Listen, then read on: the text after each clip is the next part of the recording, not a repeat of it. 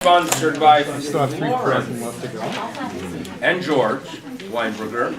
It's commemorate the yahrzeit of Florence's father Yitzchak ben Yechiel Rivka. So we do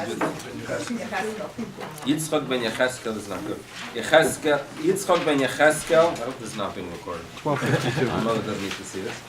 Yitzchak ben Yecheskel Rivka. When's the actual yahrzeit? So with the neshama and aliyah from our Divrei Torah, we do thank you for the sponsorship. Did you write it down already?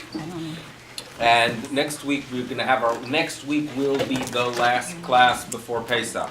Oh no. We have a sponsor, right? Yeah, we have a sponsor. It'll be Pesach? Is it? Well, no. We're having kidney. It will be Parsha Shemini. Kidney is right. Okay, but what we need to do is to talk a little bit about the Megilla Wednesday after Esther. Purim? And get into the Purim. Where are we going? Purim You? mood. Make a reservation. So the question is, do we make decisions based on signs? You know what time? We make decisions based on signs, where I'm going on the subway and I am processing what to do with some money I inherited and I would like to invest it.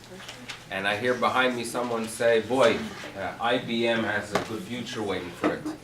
So I say to myself, boy, there is no question in my mind that if the Almighty brought to my ears and to my attention that out of nowhere, someone behind me on a subway, right, is talking about stocks and talking about IBM, it's a siman min hashamayim, it's a sign from above that I should be purchasing IBM. Do we work with signs? 100%. You say yes. Okay, I know who is not my financial advisor. So. Okay. Now, what's important to remember in our Judaism is that not everything you read in literature from biblical times or from Talmudic times, or for sure not from Hasidic literature, not everything you read should become part of your practice of Judaism. Okay? There are practices that were fair and proper and rational in biblical times if you were a prophet. If you were a prophet and you heard voices from above that guide you, you actually make decisions based on it.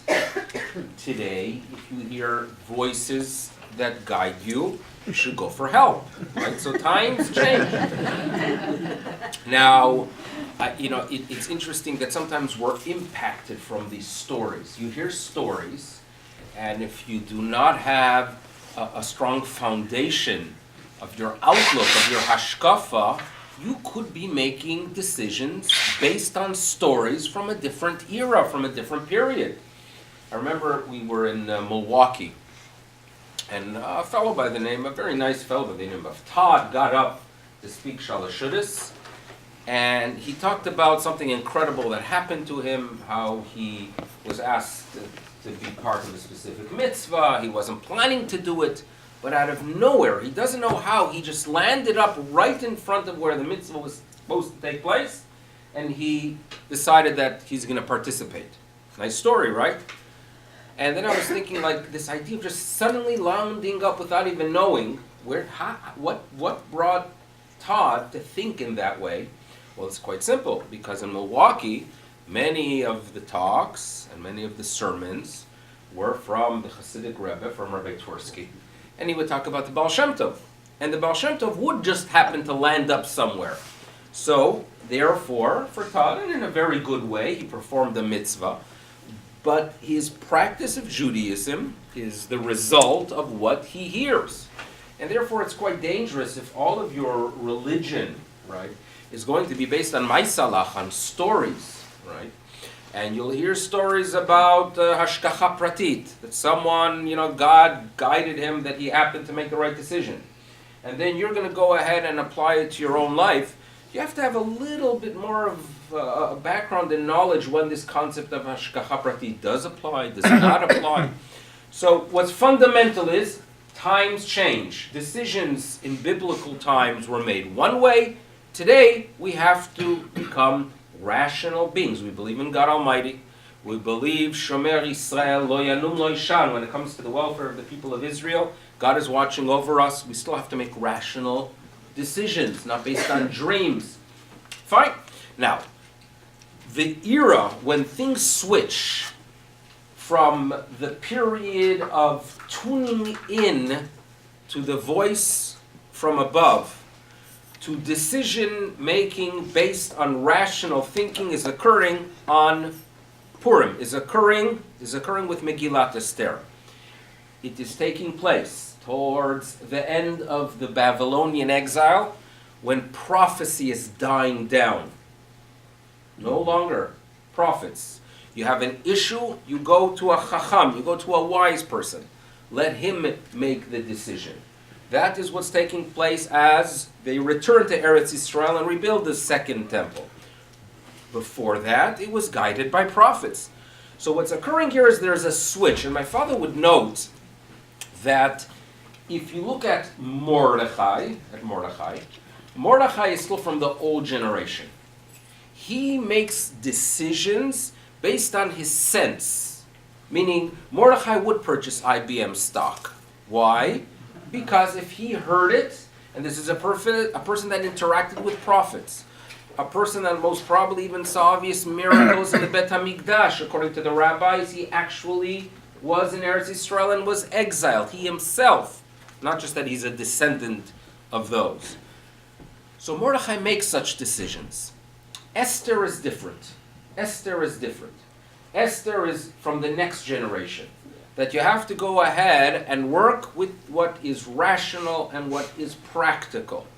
And he noted that Mordechai himself is really, what you would call, he is a residual being from that period.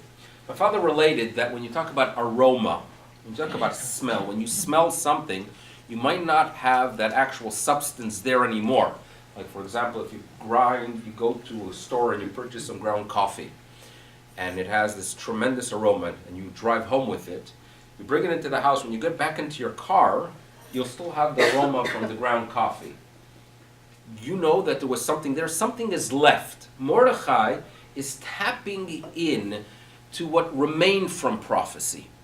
And therefore his name itself, if you do remember, the Torah talks about spices in the beginning of Parshas Kisisa, and we talk about the psamim, and one of them is a bosem, one of them is a spice that's called the mar deror, and the Aramaic translation to mar deror, to this spice, is mardechi. So it was a name of a spice, something with an aroma.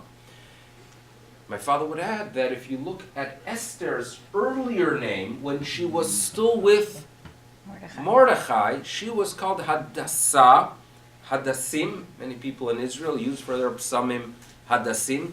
Again, the pleasant aroma, the smell, something remains from the mamashut, from the essence.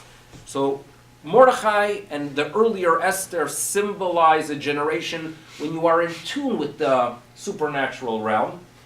Esther, on the other hand, relates to the word Hester. Hester panim, when God is concealed. He's not obvious. He exists. He's watching over us, but you got to make your own decisions and you have to act in a rational way. And based on these two philosophies, my father would explain that you have to understand that when Mordechai hears about the decree, he hears about this decree, Lashmid, la rog, la bedit kol hayudim. So he turns to Esther and he says, okay, you got to act immediately. And Esther says to him, what do you mean? That's not rational. This Achashverosh, right? Every child comes home with a coloring book with Queen Esther and Achashverosh, and they don't have a picture there of all the other women in Achashverosh's life. In other words, she wasn't the only one, right? Obviously, when there would be some kind of public event and he needed to present a wife, Esther was there, right? But behind the scenes, I think we don't doubt that there were others, right? So he didn't always need Esther.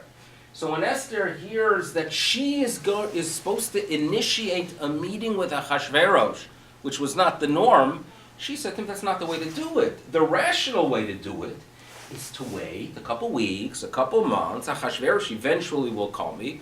That would be the right time to go ahead and act. Mordechai says, well, that's the rational approach. I work with signs. If I heard the news now, it is a sign that I am supposed to act now. I work with the old system. And her response is, okay, with the new system, if you want to go ahead and do such things, you need to boost your odds by turning to God, by the Jewish people gathering together and praying and asking the Ribono Shel Olam for mercy. The old versus the new. So Mordechai makes decisions based on what he hears.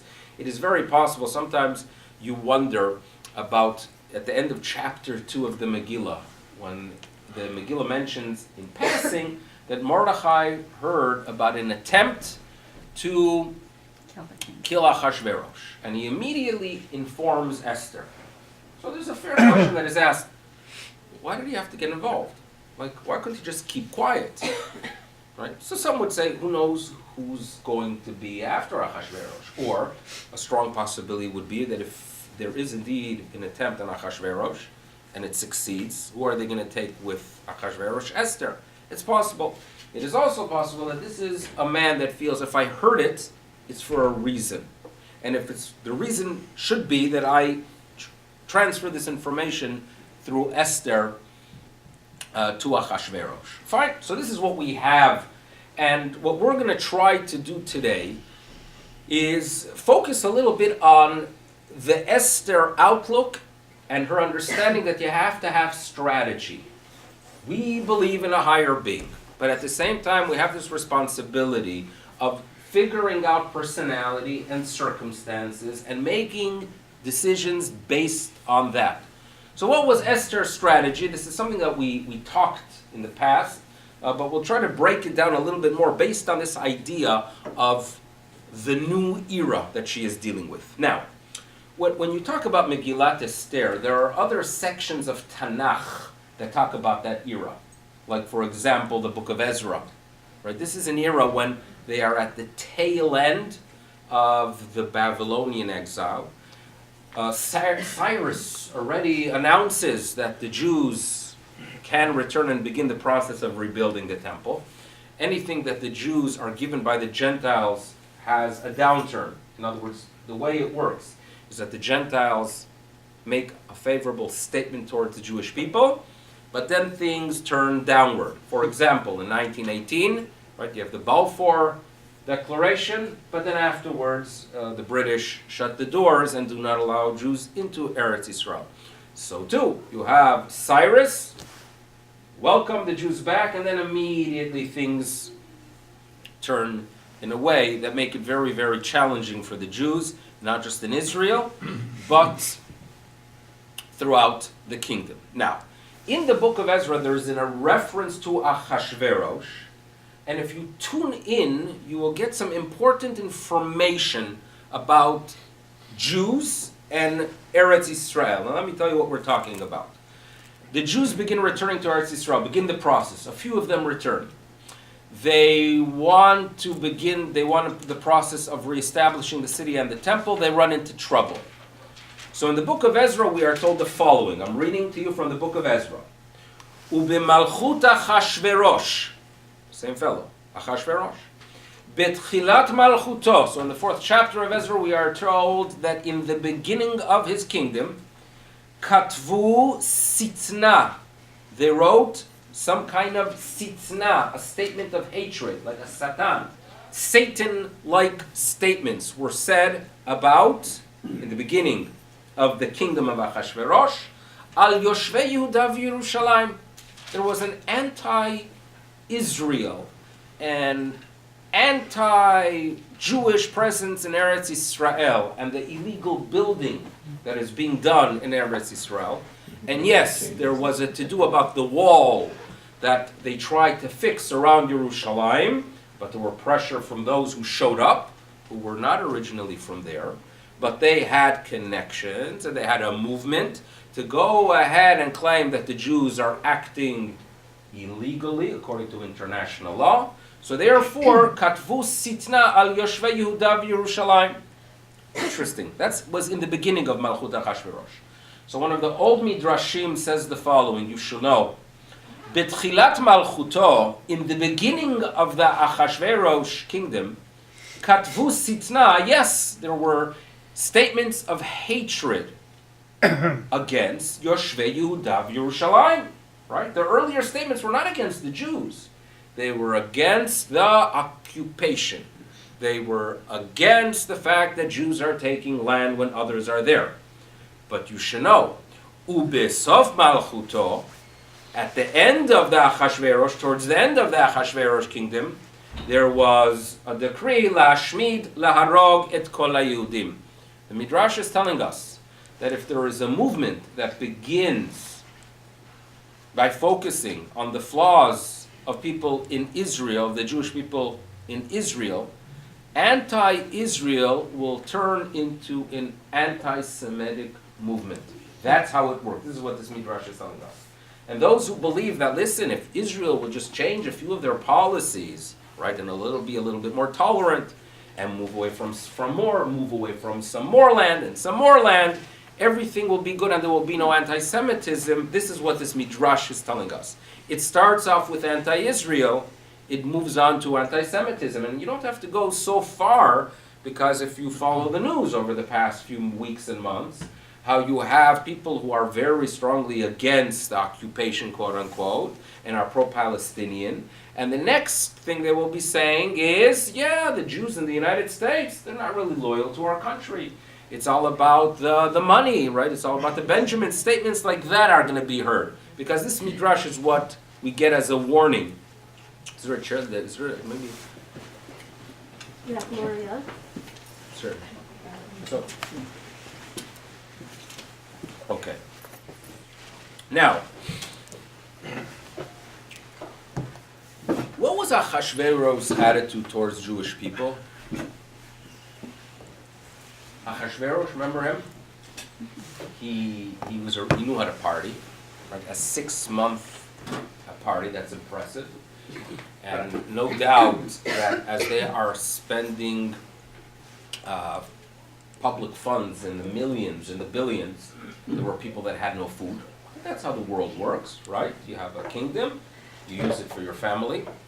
And it's interesting that when they talk about the downfall of the Shah, they talk about this incredible party that he had in the early 1970s, where he welcomed all world leaders, and Jimmy Carter got up and talked about an oasis that we have here of a strong ruler, and at the same time there were areas in Iran that did not have running water, right? So this is the norm, how the world works. What was Achashverosh's attitude towards the Jews? He didn't like the Jews. Simply didn't like the Jews. But that was number 2 on his list. Number 1 on his list was power. Okay? So if he got the power, and he could have someone else take care of the Jewish problem, he was more than happy to have someone else take care of the Jewish problem. The rabbis actually note that, and many people who learn the Megilla, when they get to the words "vekelim mikelim shonim," how is it read? Vekelim mikelim shonim, close enough. So they use an echatra when they get to the section where they are describing the party of Achashverosh, and it talks about the magnificent opulence and the vessels that were brought out, and the gold and the silver, and it talks about kelim, where you would expect them to say kelim meshunim, all kind of incredible, odd-looking vessels. They use the word kelim shonim, which seems to be a code word to vessels of the temple. And Achashverosh, it appears, has an agenda. He wants to show the Jews, but everyone around, that I am in control of all 127 countries. No country will gain its independence. And therefore, yes, there was once upon a time a powerful temple in Judah, but that's history. And to prove to you that it is history, I'm going to bring out and use those vessels to show that now they are mine. No country should expect their independence. He was extremely afraid of what Eisenhower would call the domino effect. that if you go ahead and grant one nation independence, the next one will demand it. So therefore, this was a statement. The rabbis also read into his words when he welcomes Esther. Esther, whatever you want. Ad chatzi hamalchut. So the rabbis say, only half, meaning I'm not going to offer you ever something that would split my kingdom, like granting Jews the right to return to Eretz Yisrael and build their temple. So this is a person that he wants to remain in power without the like of the Jewish people. This is what we are told. Now, the rabbis actually note, the rabbis in the Talmud, that they compare Achashverosh's relationship to Haman as one person who owned a pile of soil that he had no idea how to get rid of, and he meets someone that needs soil for his yard, for some kind of ditch in his backyard. He's happy to give it to him because he wanted to get rid of it as well. So each one of them benefits from their relationship. This is what we are told. Now, Haman is something as a child I always remember when I was 6 years old. 6 years old, you go to the Megilla. What's the exciting part when you are 6? Banging for Haman. I still remember that you have to wait. It taught you patience. Why? Because the first 2 chapters, there is no Haman. And then finally he shows up, and as a child, the older I get, the more agitated I get from the banging. I don't know why. But as a child, that was the exciting part. And out of nowhere, what did Haman achieve exactly? Where did he come from? So you're familiar with 2 traditions. One of them is that actually the advisor who worked things out that he should get rid of Vashti because she was not willing to come in front of the king and thus bring Esther into the picture was Memuchan, who was actually Haman. A rabbinic tradition, he got a new name. Fine, makes sense actually. Another approach is that Achashverosh had his own personal books, but then there were public books about what is taking place, which we would call the media. Okay, so he had his personal records, his personal chronicles, and then there were the public chronicles. Now, who controls the media? Obviously, descendants of Haman, right? There's no question about it. So now the rabbis tell us when Esther gets the information that someone is attempting to kill Achashverosh, and she gets the information to Achashverosh, so there was a little bit of a gap there. How did she get the information? It was unknown. So obviously, someone in the media pushed that it must be Haman, and Haman got credit. So publicly, Haman is a big hero. He saved the empire. So therefore, and if you look carefully, it's at the end of chapter 2 that Esther finds out that there's an attempt by Bigsan and Sarash to get rid of Achashverosh. Achashverosh acts. The next thing, Haman, Acharat V'rei Ma'ele, Gidal HaMelech Achashverosh. So obviously someone's corrupting the news as it was shared with the public, and thus rulers act based on what appears in the media. We know that, right? This is something that when I was in Israel with Harper, Michael Oren spoke to us, and we were talking about the Obama administration, and he mentioned to me that Obama is very media sensitive. A very nice way of putting it, that this is a person that makes his decisions on why is it that he acted against Mubarak. Well, he was media sensitive. So decisions are going to be made based on the media. Someone was corrupting the media, and therefore Achashverosh has to bring Haman into the picture. This is what we are told. So Haman comes in. So clearly Achashverosh had to shuffle his cabinet, right? Otherwise, how else did he get him into the picture? Haman has a hatred towards the Jewish people, and he goes ahead and he communicates with Achashverosh about this nation that's not loyal. He does not, and this is something when you read it, right? Yeshna Mechal, you can look at it inside because it is so brilliant how he communicates on page 1255 if you do have it. Okay? 1255.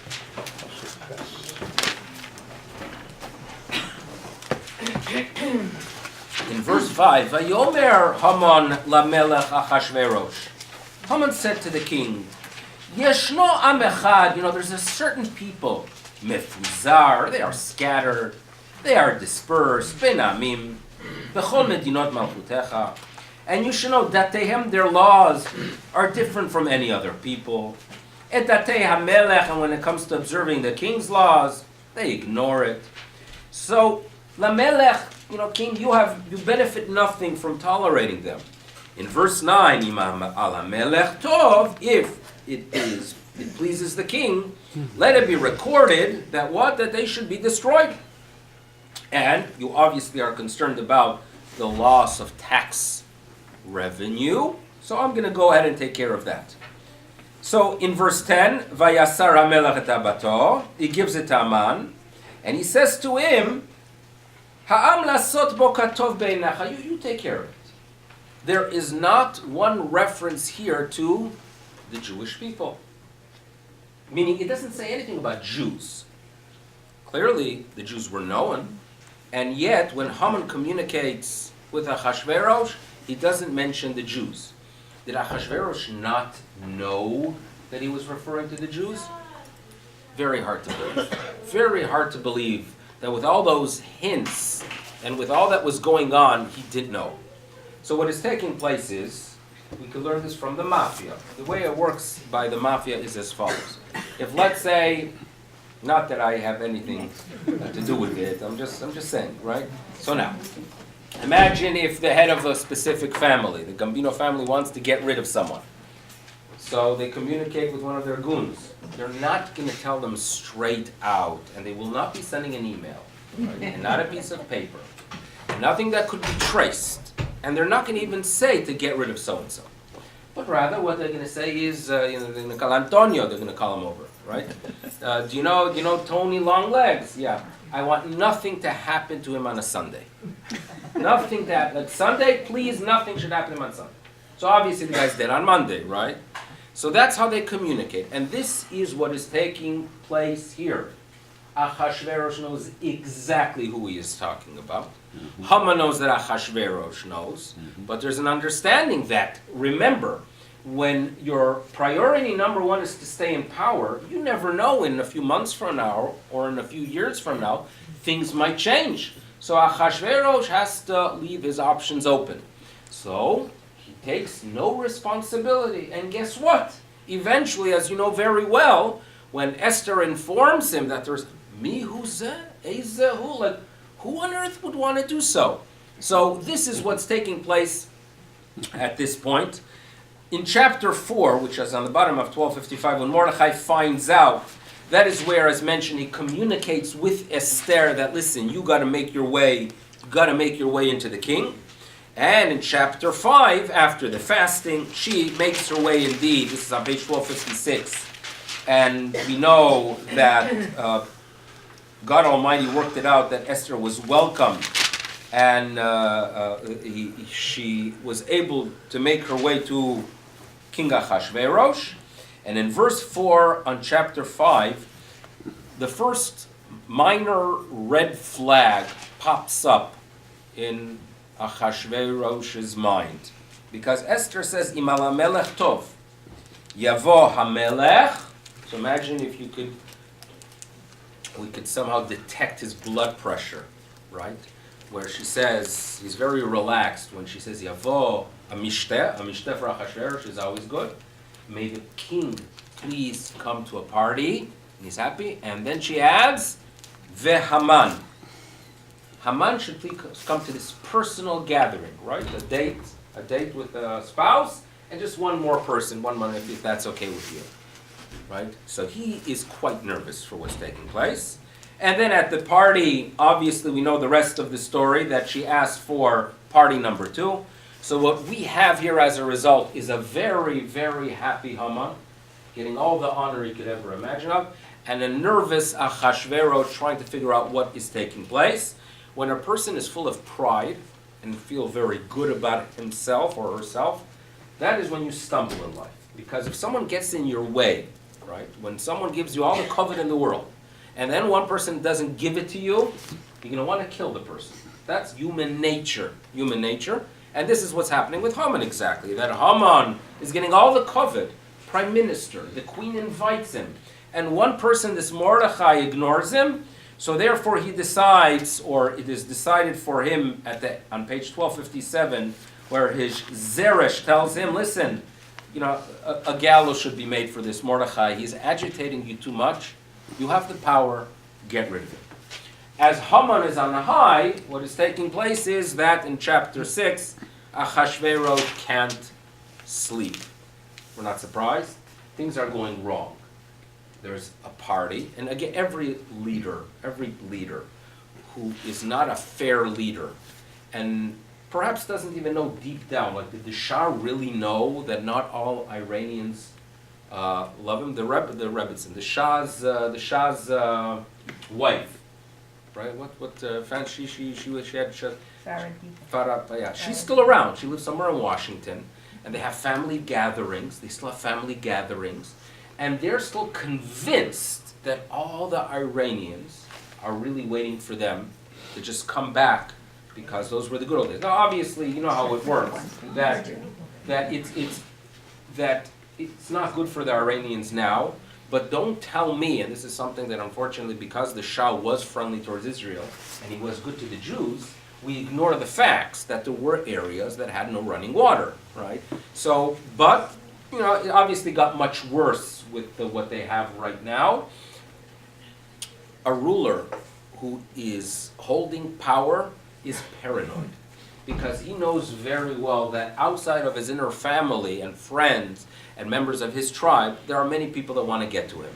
So therefore, for Achashverosh, having the prime minister being invited by the queen to a party, he forget about sleep. He can't sleep. So what does he try to find out? He obviously wonders, when there is an attempt of a coup d'etat, in many cases, if you are a soldier and you're not ranked and you have the information, you're going to go ahead and rat or share that information with the ruler. You're going to benefit greatly from it. Right? That's the way it works, because you were the one that provided the information that saved the kingdom. Right? It worked like that in the former Soviet Union. Everyone would, in shuls, right? They have good stories of people where's Avi, what year were you there? What year were you there in Russia? 75. 75. And everybody in shul there, you wouldn't talk to one another because everyone was a KGB, right? Right, you couldn't talk. The gabbai was KGB, right? You were listening. Everyone was listening to one another. Why? Because if you have some information and you're going to tell the local member of the Communist Party, you probably will benefit. Achashverosh is expecting that as well. Obviously something is happening here.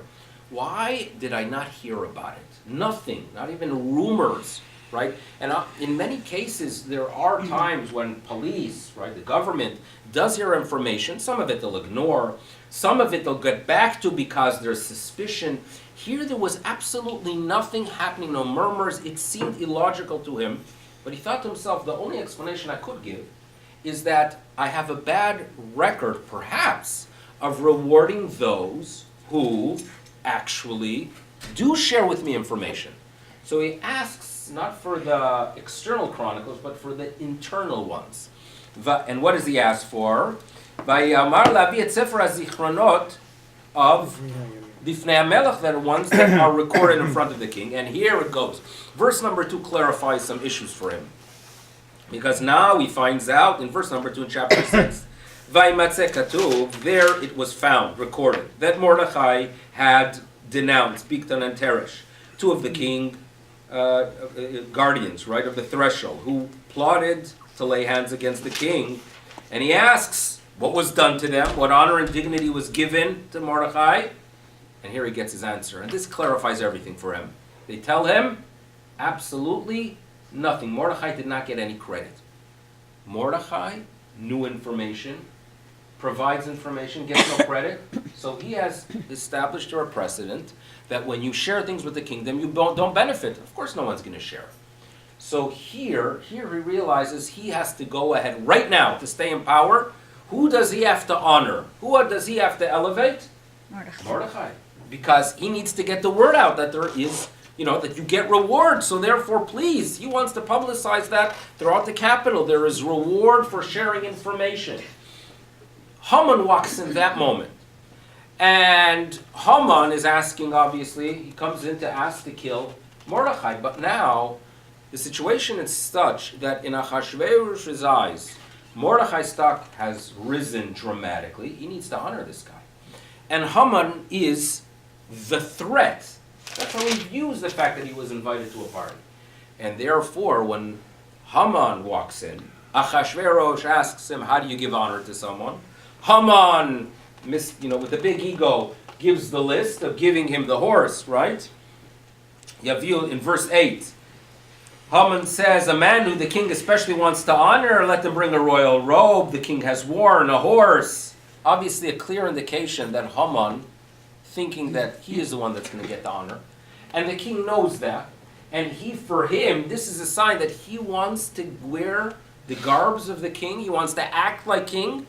So this was a perfect opportunity to put down Haman. And he's going to, politically, to survive, to go ahead and honor Mordechai. And this is what he does. So in verse 11, the king says to Haman, hurry then, get the robe, the horse that you have said. Do all this for Mordechai and do not omit a single detail that was suggested. This is what we are told. Now this is the beginning of the Hatzalah. This is the beginning of the salvation. But you have to remember that Talmud asks the question. This is a rabbinic explanation that really gives us the basic understanding of the strategy that Esther had. So this is in the Talmud.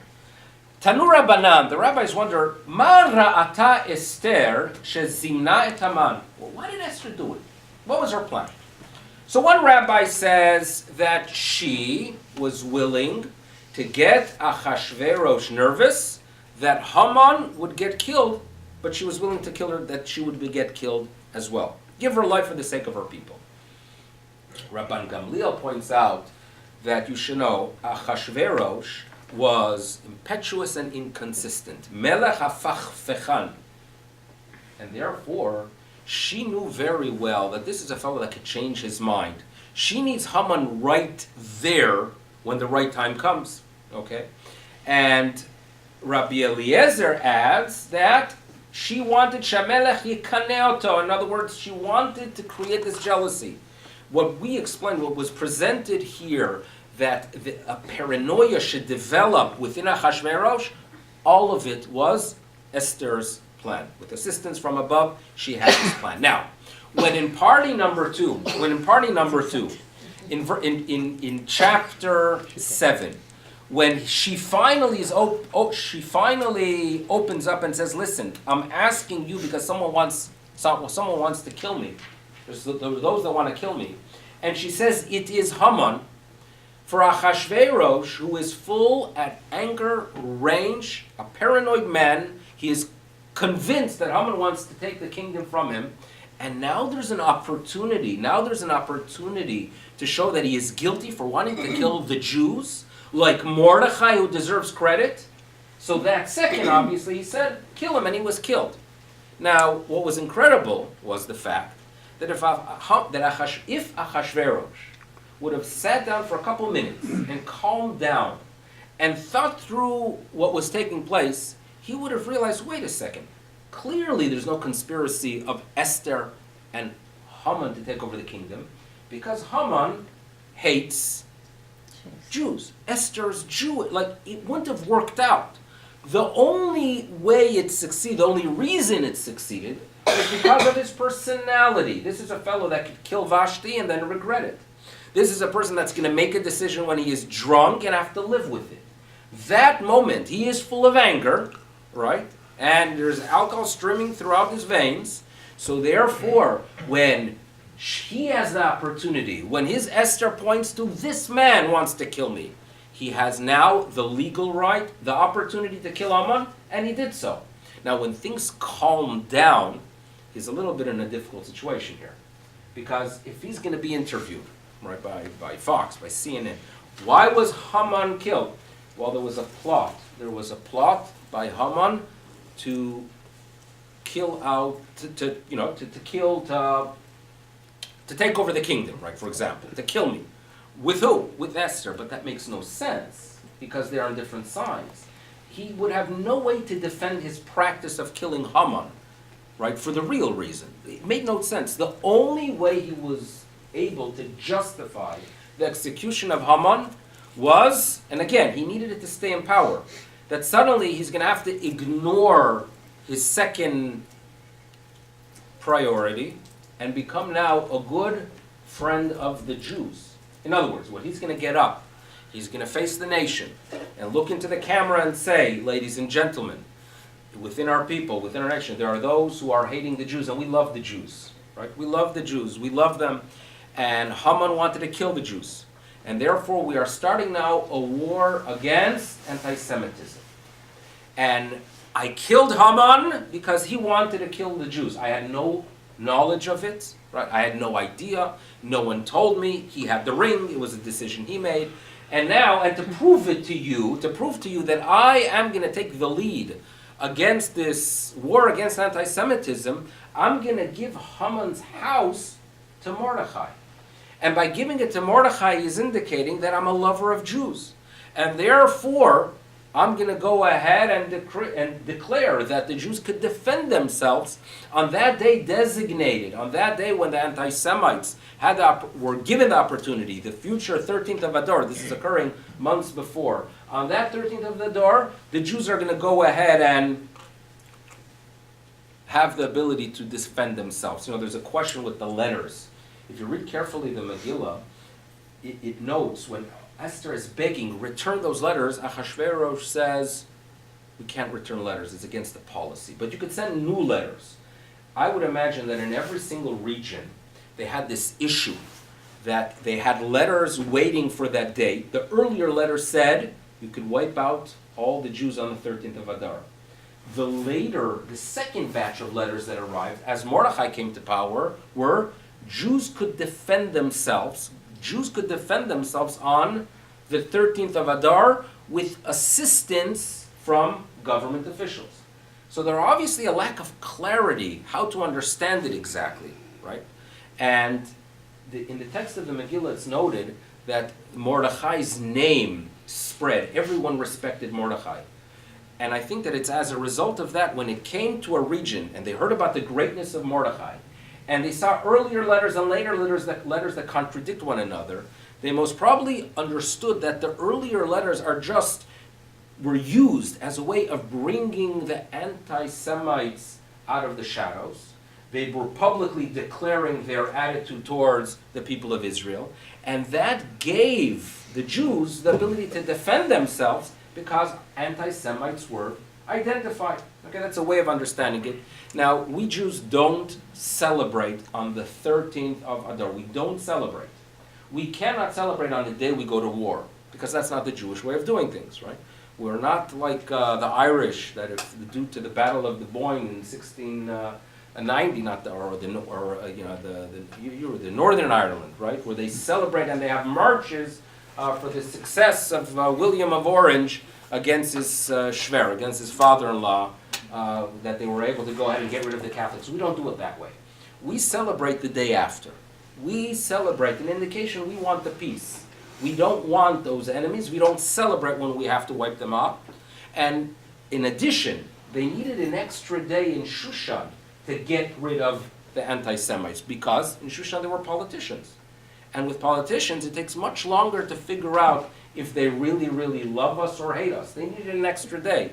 But the idea of celebrating the day after, that is what Purim is about, right? We have this attitude that we don't celebrate war, we celebrate peace. So this is a story that we learn from it, number one, that obviously, even with all the strategy, there's a higher being that works out the details, that Haman shows up exactly that moment, right? So there's a lot occurring. So there's the Hishtadlut of Esther, the prayer of the people, and obviously the guidance from above that HaKadosh Baruch Hu is going to watch over the people of Israel, that they shall remain. That's really the complete story of Purim. So we thank our sponsors for today's shiur, and stop the sponsors for today's shiur, to turn towards the camera. The Shomer should have an aliyah. Everyone should have a meaningful uplifting Purim and taking the Jewish approach of optimism, that there's a better tomorrow waiting for us. We have, I mentioned, I think 100 times throughout the Purim season, that so much of halacha discusses the expanding of Yerushalayim. It is the only area in Jewish law where we have to adjust the fact that there were neighborhoods that 25 years ago were detached from Yerushalayim and now they're part of Yerushalayim. It's the only area where we celebrate expansion and growth, and we have halacha questions because of growth. So it's a time to celebrate because it's the season of being optimistic, that there is a better future for the people of Israel. So indeed we celebrate that, and everyone should have a Chag, a Purim Sameach. See you next week, God willing.